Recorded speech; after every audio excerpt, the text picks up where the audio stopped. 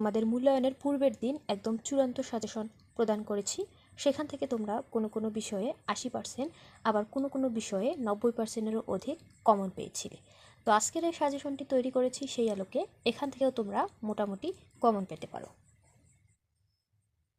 শিক্ষার্থীরা, তোমাদের ষান্মাসিক সামষ্টিক মূল্যায়ন 2024-এর একটি সিলেবাস আছে। সেই সিলেবাসে তোমাদের খ্রিস্ট ধর্ম শিক্ষা বইয়ের যে অধ্যায়ে অন্তর্ভুক্ত বা যে পৃষ্ঠাগুলো অন্তর্ভুক্ত আছে সেখান থেকে আমি আজকের এই টপিক সিলেক্ট করেছি। তো দেখো আমি এর সাজেশনে কী কী রেখেছি। এখানে তোমরা কিছু দাগ দেখতে পাচ্ছ।